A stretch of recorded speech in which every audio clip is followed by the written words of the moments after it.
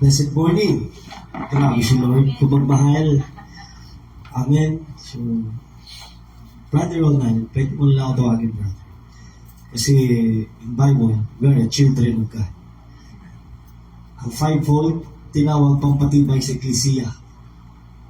Pero nung namatay at muling nabuhay si Jesus, John 1:12, subalit ang lahat na tumanggap at sumampalataya sa Kanya, binigay niya na karapatan na maging mga anak ng Diyos.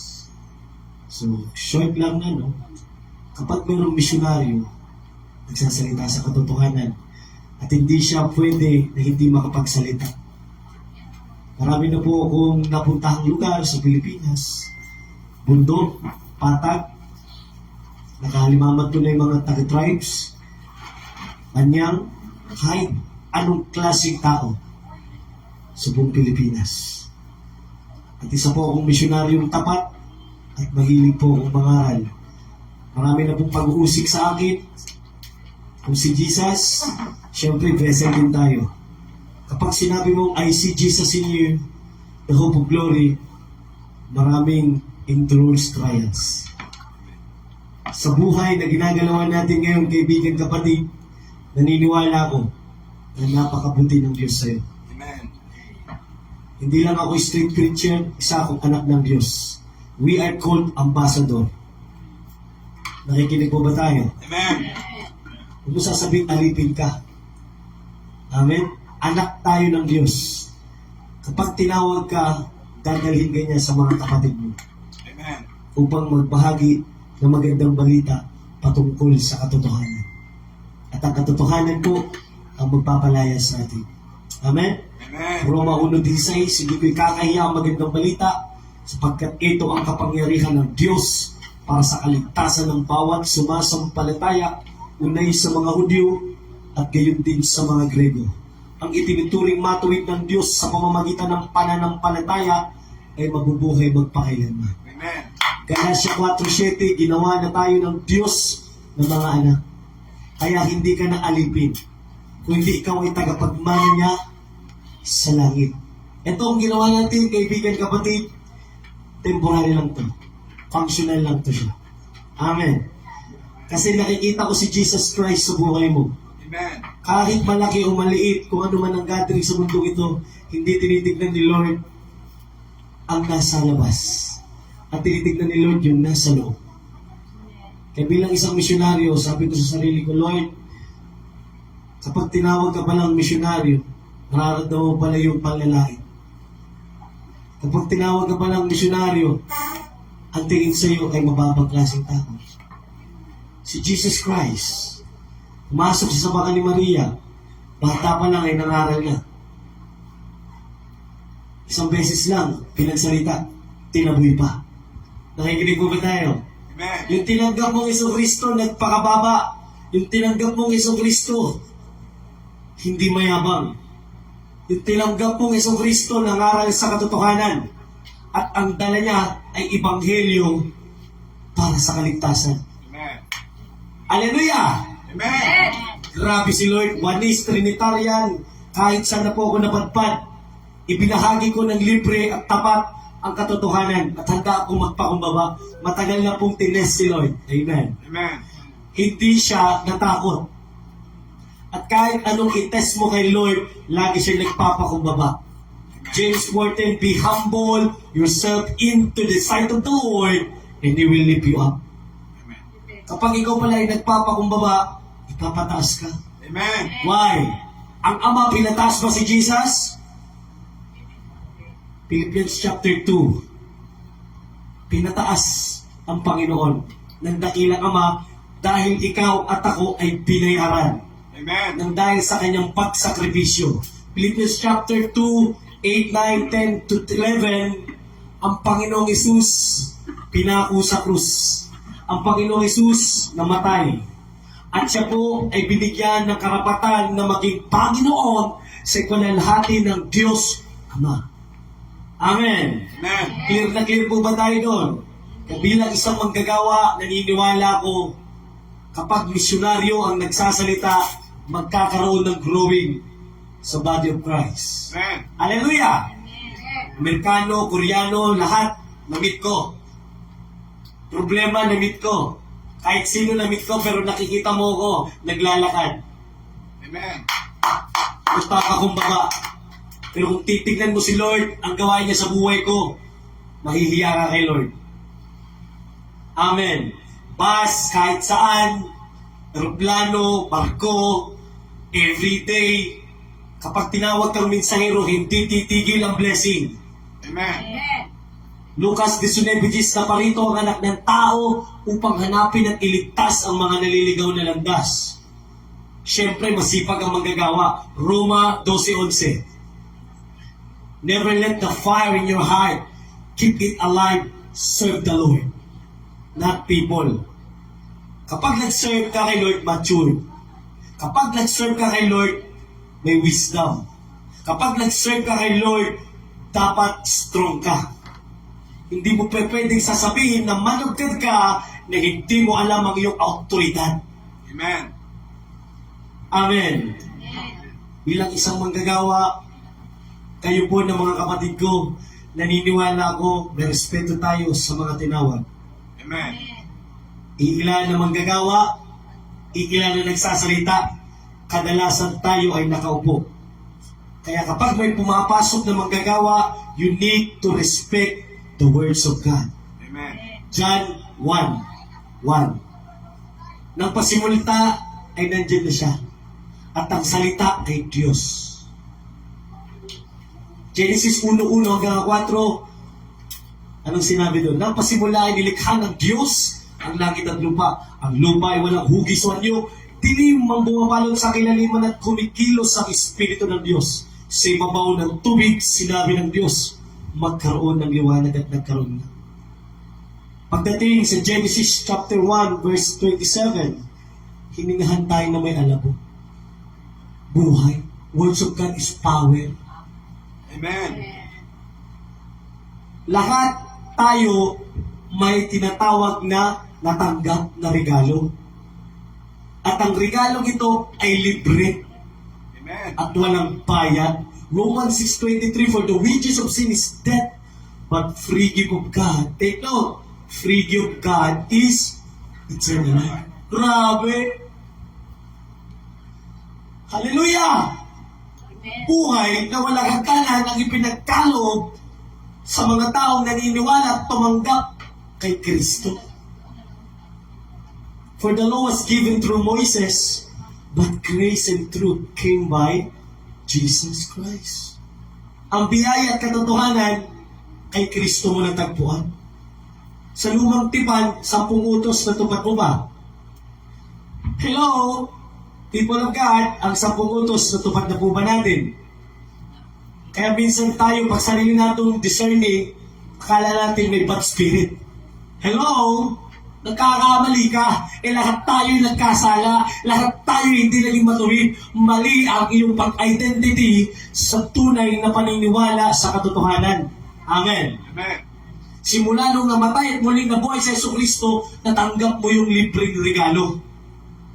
At ang demonyo wala ng karapatan sa tumanggap kay Jesucristo. Amen. Finished work ni Jesus. Ama!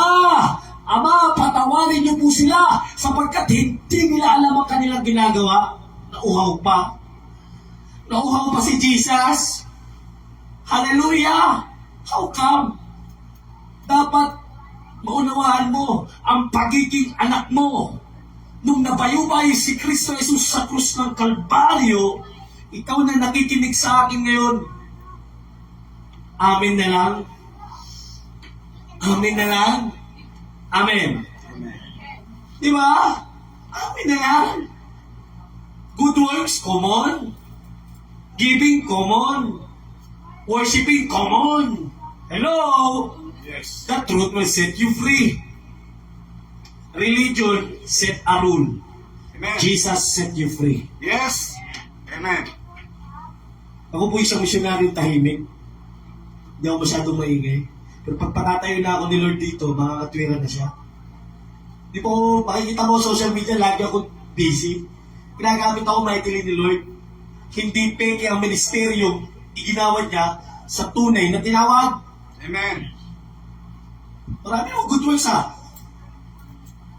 Every Sunday, good works. Amen. Amen. Realidad, religion set a rule nga eh. Kaya nga hindi ako umuhukom, Iglesia Katoliko, hindi ako umuhukom sa Seventh Adventist, Charismatic, Pentecostal, Evangelical, Christ-like, CC, kahit anong doktrina ka pa, Oneness Trinitarian, I don't care. The head of the church is Jesus Christ! Amen. Inabot ninyo diya. Ako din na kailan ako kang Jesus. Amen. Hallelujah. Gitawat ko niya. Pasalamatin na lang. Sa pamandiay. Amen ba? Amen. Mga mga taga-bundog na punta sa tribu ay pasayaw. Hindi nakakaunawa. Pipilit mo ba ba? Pag-pray mo. Mag-teach ka. Huwag mong pilitin. Dahil si Lord naman ang lahat. Amen. Gusto nyo magtumubo? You need to mature. Philippians chapter 2 verse 5, let the mind of Christ be in you. Amen. Wow, gulat ka, no? Titiro Mensaya, no? Hallelujah! Representative si Lord Jesus ang binabayaw. Dili maulaw. Kay mo kinagkahong sa kaluwasan. Amen. Hallelujah! John 1:17, for the law was given through Moses, what is law covenant? Dito tayo ngayon. Sa lumang tipan, may tinatawag na batas. Hallelujah! Hello? Ceremonial, civil, health law. Hello? Amen. Sa lumang tipan, kapatid ko, halos hirap tayo. Sa Egypto, kailangan pa si Moises. Nakikinig mo ba tayo? Sigurado ka ba yung naligtas doon, papunta sa langit? Eh wala pa namang Jesus. Nakikinig mo ba tayo? Awa pa ng Diyos. Wala pang truth. Hello? Wala pang truth sa luma. Ang truth came by Jesus. Nakikinig mo ba tayo? Yan ang katotohanan, kaibigan ko. Sa lumang tipan, kapatid, to God be the glory, mag-aalay ka ng ayuno, dugo, pinatamanggoya, lahat gagawin mo para lang i-please mo si Lord. Tignan mo si Cain at si Abel. Di piniplease na si Lord, may nagselos. May namatay. Hallelujah. Sa lumang tipan, kapatid ko, glory to God, hindi mo natagpuan ang tunay na pag-ibig. Alipin ka sa luma. Amen. Shadrach, Meshach at Abednego. Pagdating doon, kapatid ko, sa pag-worship sa idols, iilan lang ang tumatayo. Dahil ang iba lumuluhod. Dahil ang mga pagtuturo sa unang panahon, ligaw. Halos maraming pagano. Pero sa New Covenant, pagdating sa Isaiah, pinropesiya, kaibigan, alam mo bakit kaibigan na sinasabi ko? Hindi natin munawaan yung pagiging anak eh. Nakikinig po ba tayo? What is son? Hindi ka lang hinalagaan naging tupa, anak ka na. Sa full gospel, ang tunay na pastol si Jesus sa John 10:11. Pagdating sa New Covenant, pagdating sa sulat ni Pablo, Roma, Corinto, Galacia, Filipos, Thessalonica, Pilimon, Timoteo, Titus, hanggang sa dulo, nare-representa ng Saulo na binulag sa Damasco ang ministeryong kaligtasan. Amen. Hindi na siya kalaglagan. If anyone, di ba? Kung sino man yung mga na kay Kristo, bago na siyang nilalang. Dahil ikaw ay nakipag-isa na kay Kristo. Hindi kailangan dito sobrang karunungan. Bakit si Pablo nung nangaral biyaya at katotohanan? Ruler of the Jew, mambabatas. Halos memorize yung Book of Moses, Book of Torah, Pentateuch, Genesis, Exodus, Leviticus, Numbers, Deuteronomy. Wow. Itinuri niyang basura ang kanyang karunungan, makamtan lang niya si Jesus. Nakikinig mo ba tayo? Nakikinig mo ba tayo? Kaya kilalanin mo yung tinawag mo, kilalanin mo yung tinanggap mo, kilalanin mo yung pinupuri mo. Sabihin mo nga sa katabi mo, I see Jesus in you. Grabe yan. Grabe yan. Jesus na yan. Ang mga milagro sa mundong ito, hindi katotohanan. Nasa loob mo. Hallelujah. Huwag natin pupunayin ng tao sa mga nakikita natin. Doon tayo sa bago pa ako dumating sa biyaya ang buhay ko dati akong dancer. Swagger, hip-hop. 5 elements ng sayaw, tumutugtog sa club. Reggae night, Boracay, kahit sa napapadpad.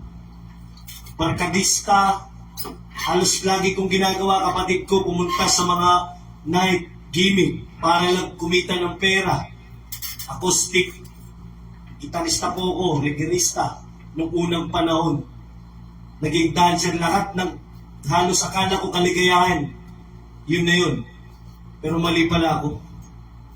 Nung natagpuan ko si Holy Spirit, wow. Kasi di ba pwede Jesus lang? Amen. Kailangan may Holy Spirit din. Di ba? Siya ang katuparan. Nung tinanggap mo si Yeso Cristo, may helper ka. Amen. Libre na yan? Ayaw mo pa? Anong gusto mo? Si Satanas, helper mo? Hello? Amen ba? Amen. Kung baby ka pa, titignan mo sa outside appearance. Malilimbungan ka ni Taling sa gwapo. Wow. Di ba? Dilitan ng gwapo, iya sa Ginoo. Amen. Dilitan ng gwapa, iya sa Ginoo. Dilitan ng maanya, galing kalibutan na apin mo, mauto mong kahayag. Ang tinuod nga kahayag katong naa sa imong sulod. Amen. Kailangan na, Brad. Tugay na kasi worship, huwag kaya po kakasabot kay Jesus. Pangitaon niya mo sa sadag ko. Brad, bisan gamay mo diri, ako nakita. Amen. Wala kilantaw ni Lord kung pila ang membro. Ang kilantaw ni Lord katong mga anak. Amen. Dili membro. Wala man ta sa religyoso.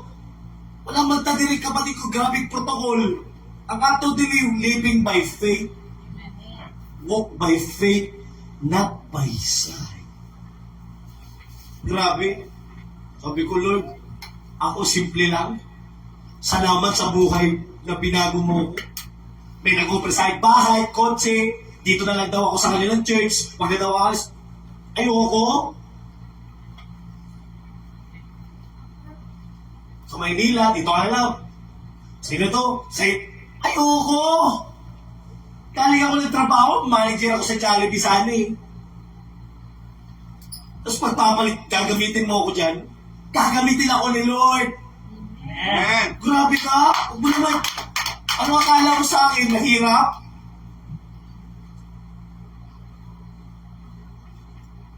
Walang mahirap sa'yo. Di ba?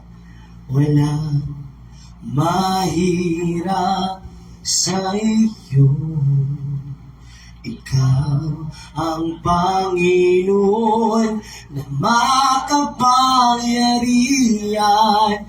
Walang mahirap, walang mahirap, walang mahirap sa iyo.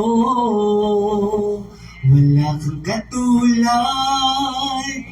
wala nang higit sa'yo. Wala kang katulad, wala nang papantay sa'yo. Ikaw ang Diyos noon pa man, maging ngayon at kailanman. Sa habang panahon, wala kang katulad. Oh.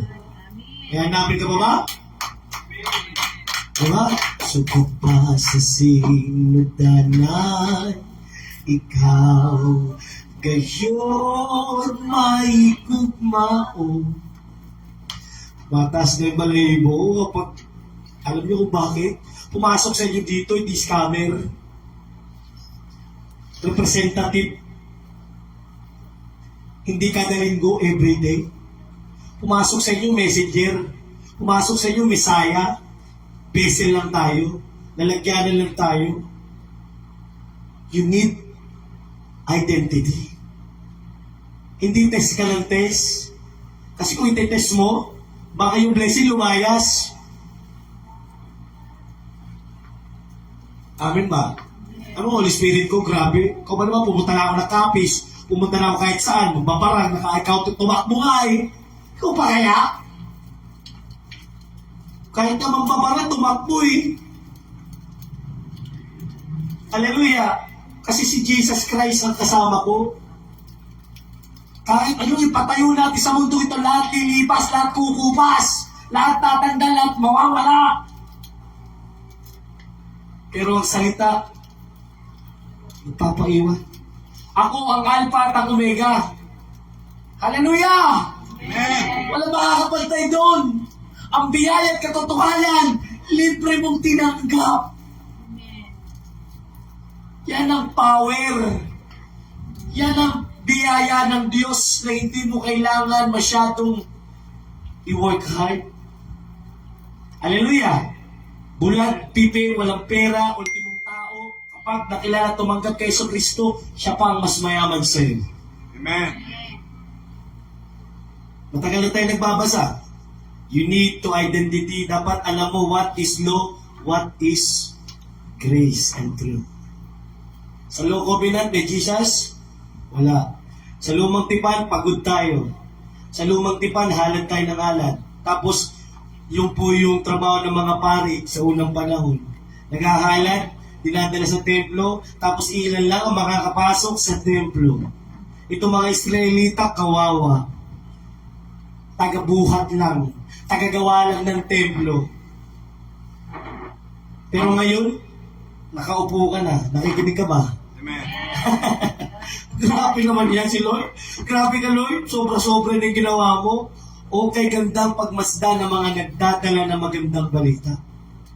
Roma 10:14-15. Paano naman siya magsasalita kung di siya tinawag? Amen.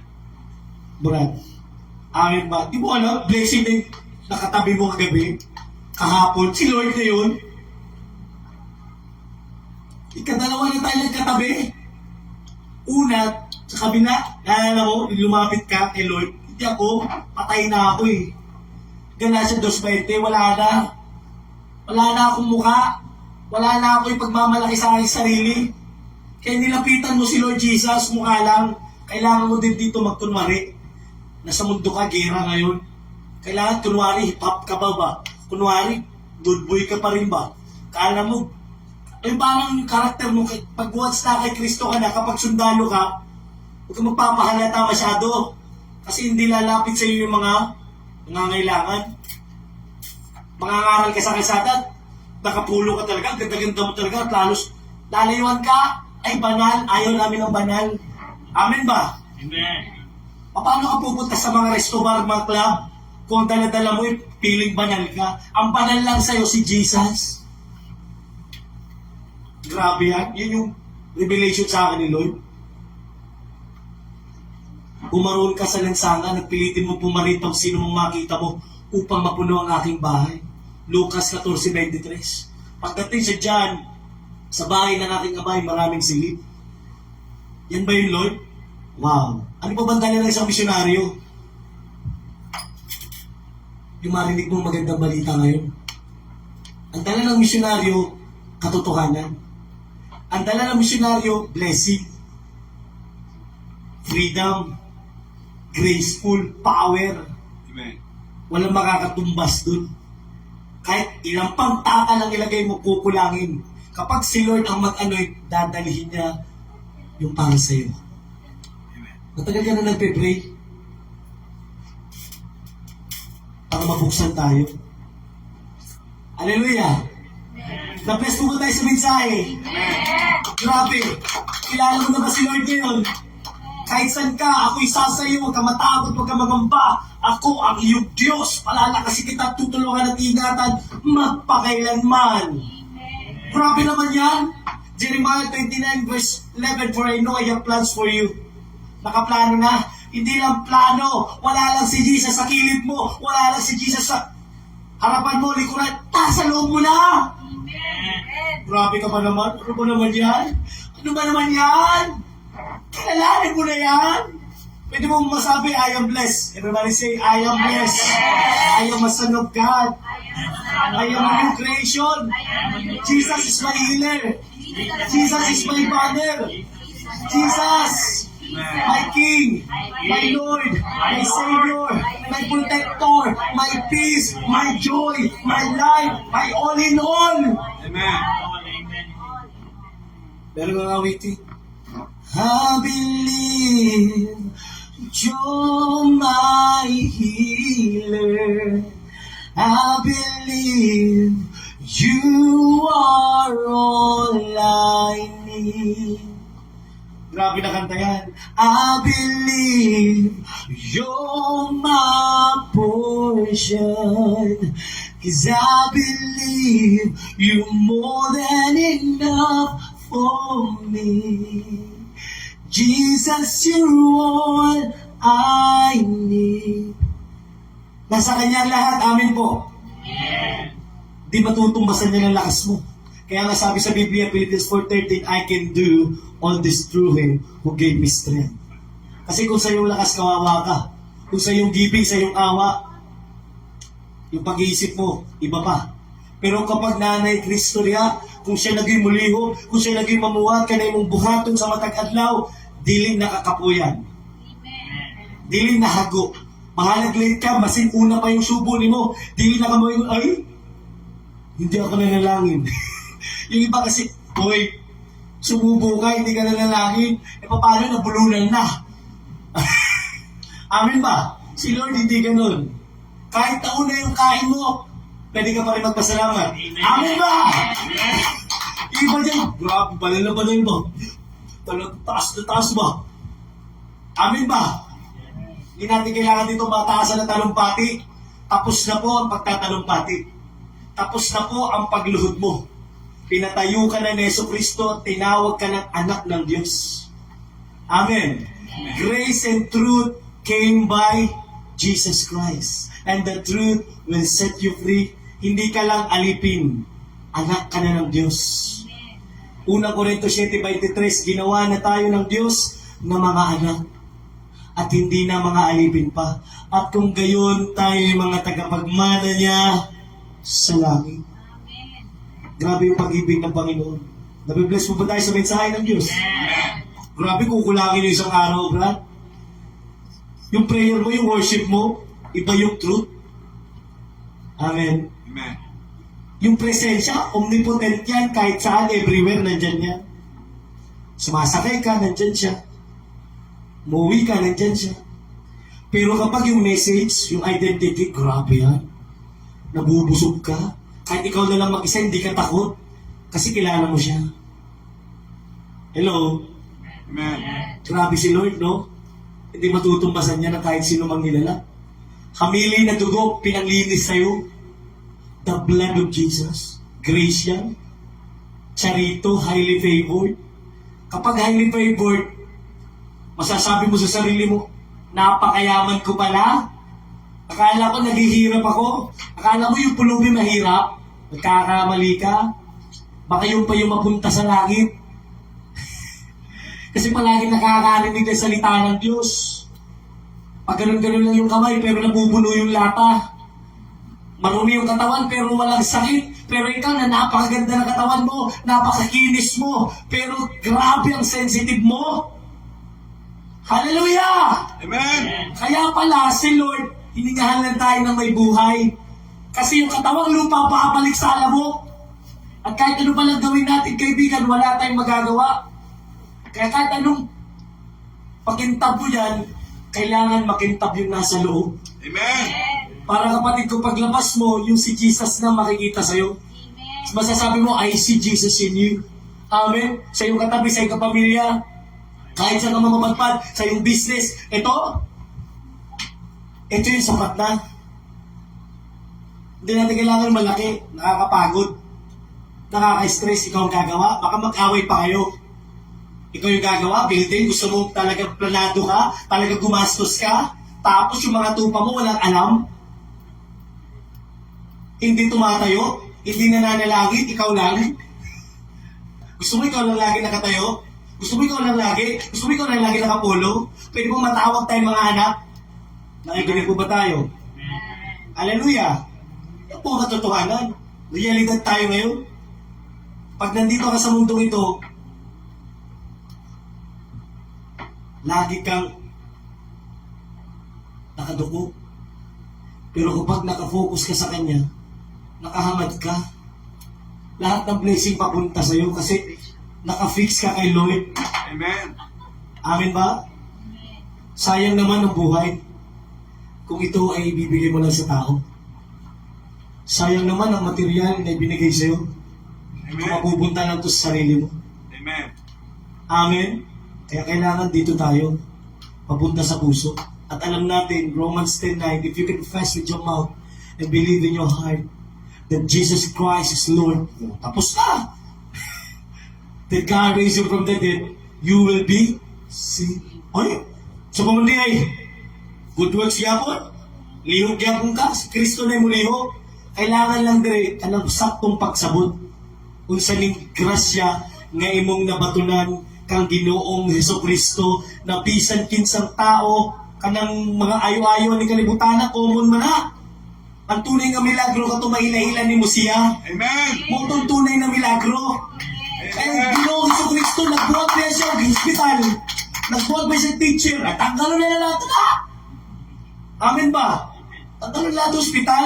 Tanggalon lahat yung mga paano kung mga anak ka. Di mo kailangan ng doktor. Si Lord lang pagpapanak sa'yo. Minsan, sobrang pagbata tayo, pupunta tayo sa albularyo. Pag nakikita natin sa social media, may nagte-trendy. Yun na yun. Paano yan kung hindi ka nadala doon, wala ka ng faith kay Lord, kasi nakasentro ka sa tao? Colossians 3 to set your minds on things above, not on earthly things. Ang mga bagay na panlangit ang isipin natin, hindi ang mga bagay na panlupa. Nakikinig po ba tayo? Sana po tumubo tayo sa tanggap natin.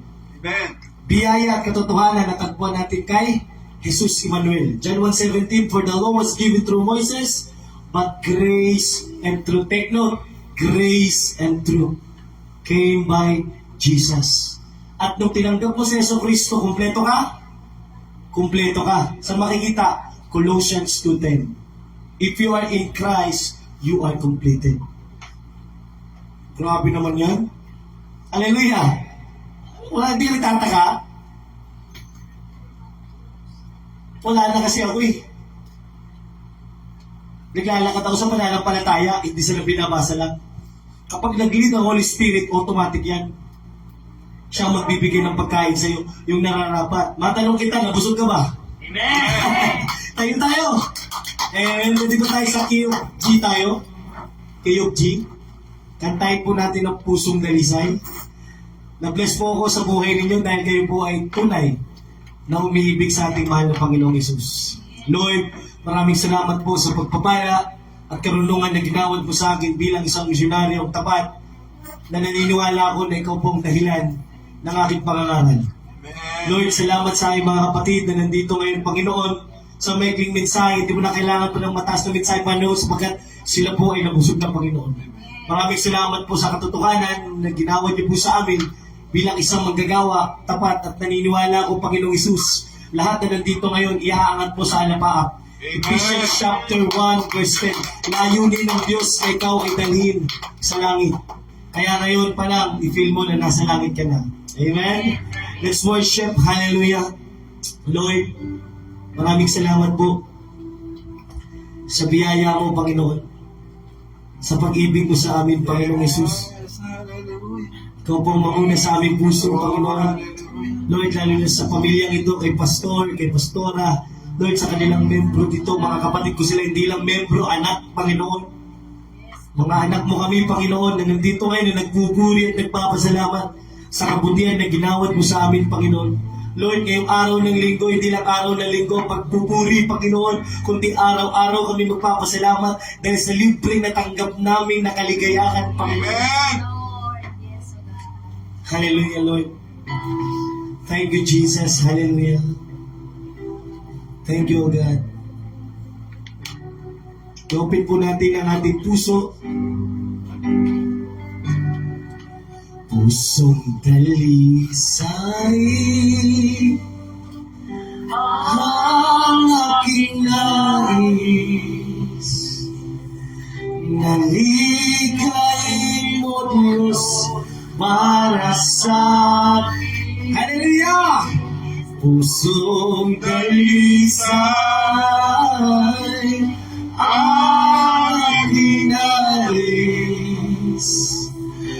Naligay mo, Diyos, para sa akin. Hallelujah! Isang pusong tapat na sa'yo'y nagmamahal. Isang pusong sa'yo'y walang alinlangan. Isang pusong itinitibo na si Jesus ay parang alam. Handog ko'y pagpupuri sa'yo lamang. Jesus, pure heart, hallelujah. Pure heart, that's what I long for. A heart that follows hard after thee. Pure heart, that's what I long for. A heart that follows hard after thee. Yes, Lord.